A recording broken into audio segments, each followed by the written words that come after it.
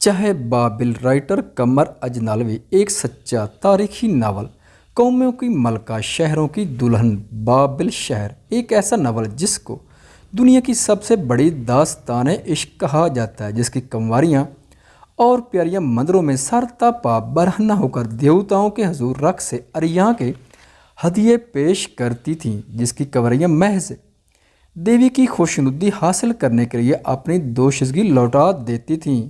تو آئیے دوستو، پیش خدمت ہے ناول چاہے بابل۔ بابل کا دنائے غیب اور کالدیہ کے سب سے بڑے معبود بل مردوک کے موروثی جانشینوں اور عظیم کہانوں کی مجلس سے قومی کا روحانی پیشوا گما، جس کی پر حکمت باتیں سننے کے لیے لوگ اکثر گوش بر آواز رہتے تھے، یک لخت گویائی سے محروم ہو گیا تھا اور اس کے ہونٹوں پر ناقابل فہم سکوت کی مہر لگ گئی تھی۔ شروع میں لوگوں نے یہی سمجھا کہ مقدس گوما نے ایرانی حملے کے خلاف دیوتاؤں کی غیبی مدد حاصل کرنے کے لیے چوپ قد روزہ رکھا ہے، کیونکہ فارس کے ہخا منشی خاندان کا بادشاہ کورش کالدیہ کی سرحدی ریاستوں کو فتح کرتا ہوا بابل پر چڑھ آیا تھا اور دیوتاؤں کے اس شہر میں زندگی کی سرمستیاں مانند پڑ گئی تھیں۔ لیکن جب مقدس گوما کی پراسرار خاموشی طویل ہوتی چلی، لوگوں میں تشویش بھی بڑھ گئی۔ آخر معبد اشتر کے کاہن اعظم اشمیدی نے یہ اعلان کر کے اہل بابل کو محو حیرت کر دیا کہ فرات کا دانائے راز اب کبھی کلام نہیں کر سکے گا، کیونکہ وہ نطق سے محروم ہو گیا۔ یہ انتہائی تعجب انگیز اور لرزہ خیز سانیہ تھا، جس نے پورے شہر میں اضطراب اور رنج و الم کی لہر دوڑا دی۔ گوما کے عقیدت مند بڑے افسردہ تھے اور عام لوگ حیران و پریشان، کیونکہ آج تک ایسی عجیب اور روحانی بات دیکھنے میں نہ آئی تھی کہ ایک بھلے چنگے چلتے پھرتے ہنستے بولتے آدمی کی زبان اچانک بند ہو جائے اور پھر اس کی گویائی لوٹانے کی کوئی تدبیر کارگر نہ ہو سکے۔ مقدس گوما بابل کا روحانی پیشوا ہی نہیں بلکہ علم فلکیات میں مشہور مصری حکیم انوفس کا شاگرد اور اس کے بعد نجوم کا سب سے بڑا ماہر سمجھا جاتا تھا۔ یہ فضیلت بھی صرف اسی کو حاصل تھی کہ وہ راتوں کو بل مردوک کی رفیع و عظیم ہیکل زیگورات کی 7ویں منزل پر بیٹھ کر آسمان کا مشاہدہ کرتا، ستاروں کے روحانی تصرفات کا جائزہ لیتا، غیب کی باتیں بتاتا اور مستقبل کی خبریں دیتا تھا۔ مگر وہ خود ایک ایسی خبر بن گیا تھا جس نے دلوں کا سکون چھین لیا۔ بابل میں ہر طرف اس کی خاموشی پر چہم گوئیاں ہوتی تھیں۔ دنائے غیب کی صرف گویائی سلب نہ ہوئی تھی، بلکہ وہ ہیکل بل کی بلند ترین رصد گاہ کو چھوڑ کر، جسے منارہ بابل بھی کہتے تھے، بیرونی فصیل ایمگور بل کے باب اعلیٰ کی ڈیوڑی میں ایک چبوترے پر آ بیٹھا تھا، جہاں فرات کی دریائی بندرگاہ پر آنے جانے والے مسافروں، تاجروں، آڑھتیوں اور عاشق مزاج نوجوانوں کا میلہ سا لگا رہتا تھا، کیونکہ قصبیاں بھی عموماً بندرگاہ ہی پر گاہک تلاش کرتی تھیں۔ سب سے عجیب بات یہ تھی، محروم نطق گوما وہاں گم سم اور مہر بلب بیٹھا، آنے جانے کو یوں گھرتا جیسے کسی کا متلاشی ہو، لیکن کوئی نہ جانتا تھا اسے کس کی تلاش ہے، وہ کسے ڈھونڈ رہا ہے۔ اس کی آنکھوں کے گوشوں سے ہر وقت حیرت سی جنگ تھی اور صورت پر دیوانگی برستی تھی۔ وہ دیکھتا لیکن بولتا نہ تھا، سنتا مگر جواب نہ دیتا تھا۔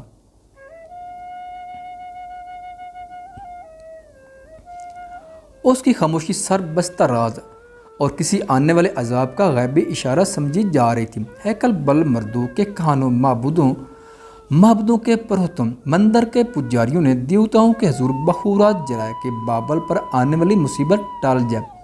گوما کے شاگردوں اور عقیدت مندوں نے بل مردوک کے علاوہ رب شماس، اشتر، پراتو، نینسب، نسروک، نرکال، اشتار اور انلیل جیسے دیوی دیوتاؤں اور الہیوں سے التجائیں کی کہ اگر کسی مخفی طاقت نے ان کے استاد کی گویائی چھین لی ہے تو دیوتا اپنے کرم سے واپس کر دیں، لیکن یہ التجائیں قبول نہ ہو سکی۔ بازار عیش کی قصبیوں اور صنم قدوں کی دیو داسیوں نے دعائیہ رقص کیے، لیکن دیوتاؤں کے بہرے کانوں پر کچھ اثر نہ ہوا۔ ربہ قمر کی کنواریاں اور ربہ زہرہ کی پیاریاں قیمتی ہدیے اور دیویوں کے تبرکات لے کر حاضر ہوئی، مگر بزرگ گوما کے ہونٹوں کی مہر سکوت نہ ٹوٹ سکی۔ باغات ملکہ کی سب سے حسین، سب سے با اثر شہزادی شمورا خود پرسش احوال کو آئی، پھر بھی دانائے فرات کی زبان نہ کھل سکی۔ شاہ غیب بنو نید نے جو اکثر آثار قدیمہ کے نوادرات میں گم رہتا اور شاہی محل سے شاذ و نادر ہی باہر نکلتا تھا، اپنے خاص قاصد بھیج کر دولت کالدیہ کے غیب دان کی خیریت طلب کی اور اچانک سکوت کی وجہ پوچھی، لیکن بادشاہ بھی جواب سے محروم رہا۔ فرزند بنو نید ولی عہد بلشازار نے جو بادشاہ کے ایام اعتکاف و روپوشی میں دربار لگاتا تخت عیور پر بیٹھا شاہ حیدر کہلاتا تھا، پیغام بھیجا کہ اگر وہ بیمار ہے تو علاج کے لیے شاہی طبیب حاضر ہیں، اگر کوئی خاص مدعا ہے تو بیان کرے، اسے پورا کر دیا جائے گا۔ مگر وہاں تو ہر سوال کے جواب میں ایک ہی خاموشی تھی، اور یہی خاموشی ایک معمہ بن گئی۔ بابل اگر طلسمات و عجائبات کا شہر تھا تو اس کے پیکر میں دوڑتی روح فرات کا نام گوما تھا، اس لیے جب اس کی قوت گویائی سلب ہوئی تو لوگوں کو یوں محسوس ہوا جیسے لاکھوں باشندوں کا شہر بابل حکمت و دانش سے محروم ہو گیا۔ دربار اساگیلا کے وقائع نویسوں نے مٹی کی تختیوں پر یہ خبر خط میکی میں یوں رقم کی: میں کسلیوں کی پہلی تاریخ کو مقدس حکیم گوما نے چوپ کا روزہ رکھا اور ہیکل مردوک کی رصدگاہ سے نکل کر بیرونی فصیل ایم گور بال کے باب الہ پر آ بیٹھا۔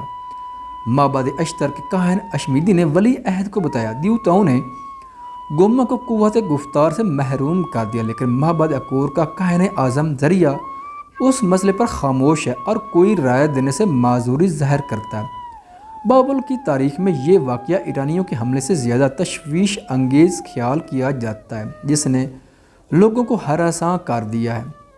ایرانیوں کا حملہ کلدانی تاریخ کا سب سے اہم اور خطرناک واقعہ تھا۔ کورش ہخامنشی جو فارس، عراق، عجم، آرمینیا، باختریا، اناطولیہ اور ہندوستان کے بعض شمالی علاقے فتح کر کے شہنشاہ اور کسرا بن گیا تھا، جب 540 قبل مسیح مشرقی مہم سے لوٹا تو بعض سرداروں کے مشورے پر اس نے سلطنت کالدیہ پر حملہ کیا اور کلدانی و شامی لشکر کو شکست پر شکست دیتا ہوا بابل پر چڑھا، لیکن بابل کی نیارنگ زمانہ اور عجوبہ عالم فصیل کو سر کرنا قوت انسانی سے بعید تھا، جسے لوگ ایمگور بل یعنی دیوتاؤں کی دیوار کہتے تھے۔ ایمگور بل 350 فٹ اونچی اور 87 فٹ چوڑی تھی، جس کی بلند و بالستہ پر کئی رتھ پہلو با پہلو دوڑتے تھے۔ اس فصیل کا محیط 60 میل تھا، جس کا ہر طول اور عرض 15 میل تھا۔ اس عظیم الرفت شہر پناہ میں جگہ جگہ 250 کوہ پیکر برج اور 100 دیو ہیکل برنجی دروازے تھے۔ دروازے موٹے فولاد کے تھے، ان پر پیتل کے دبیز پترے چڑھے تھے جنہیں ٹوپی دار قلعوں سے پیوست کیا گیا تھا۔ کورش نے اس ناقابل تذکیر شہر پناہ کا محاصرہ ڈال دیا۔ سیپار میں شکست کھانے کے باوجود بیلشازار کی فوجیں مقابلے کے لیے تیار تھیں۔ دشمن کی یہ لگار روکنے کے لیے ایمگور بال پر تیل کے بڑے بڑے کڑھائے اور پتھروں کے انبار جمع تھے تاکہ شہر پناہ کی بلندی سے حملہ ور فوج پر کھولتے ہوئے تیل، آگ اور پتھروں کی بارش برسائی جا سکے۔ 350 فٹ اونچی فصیل پر کھڑے ہو کر جہاں سے ہر شے کیڑے مکوڑوں کی طرح حقیر و کم تر نظر آتی تھی، کلدانی افسروں نے کورش کے لشکروں کا تمسخر اڑایا اور کہا، ایرانیوں، یہاں کیا لینے آئے ہو؟ اس شہر کی حفاظت دیوتا کرتے ہیں۔ تم ایمگور بال کے پتھروں سے سر ٹکرا کر مر تو سکتی ہو، لیکن اسے فتح نہیں کر سکتے۔ اور یہ بات کچھ غلط نہ تھی، اتنی بلند اور چوڑی فصیل سر کرنا کسی انسانی لشکر کے بس میں نہ تھا۔ کورش نے ہخامنشی سرداروں اور اس مہم کے خاص سالاروں گوباروں گوبردا اور گاندا تا سے مشورہ کر کے شہر کا محاصرہ اٹھا لیا اور کئی ماہ کی ناکام کوشش کے بعد لشکروں کو لے کر شمال مغرب کی طرف جھیل سمی رامیس پر چلا گیا، جہاں سردار ہنانی کے خفیہ گمشتوں اور ریموت کے جاسوسوں کے بقول ایرانی سپاہی کھیل تماشوں میں مصروف ہو گئے تھے۔ تو یہ سب کچھ ہو گزرا تھا اور ان واقعات کے بعد دنائے فرات کی گویائی سلب ہوئی تھی، یا اس نے چوپ کا روزہ رکھا تھا، جیسا کہ دربار اساگلا کے وقائع نویسوں نے یہ خبر مٹی کی الواح پر لکھی تھی تاکہ انہیں آگ میں پختہ کرنے کے بعد دفتر شاہی میں رکھا جا سکے۔ ان کے نزدیک یہ سب کچھ ایرانیوں کے حملے اور محاصرے سے زیادہ دہشت انگیز تھا۔ کوئی نہ جانتا تھا ان پرخطر ایام میں جب ایرانی لشکر بابل سے 15-16 میل دور جھیل سمیرا میس پر چھاؤنی ڈالے بیٹھے تھے،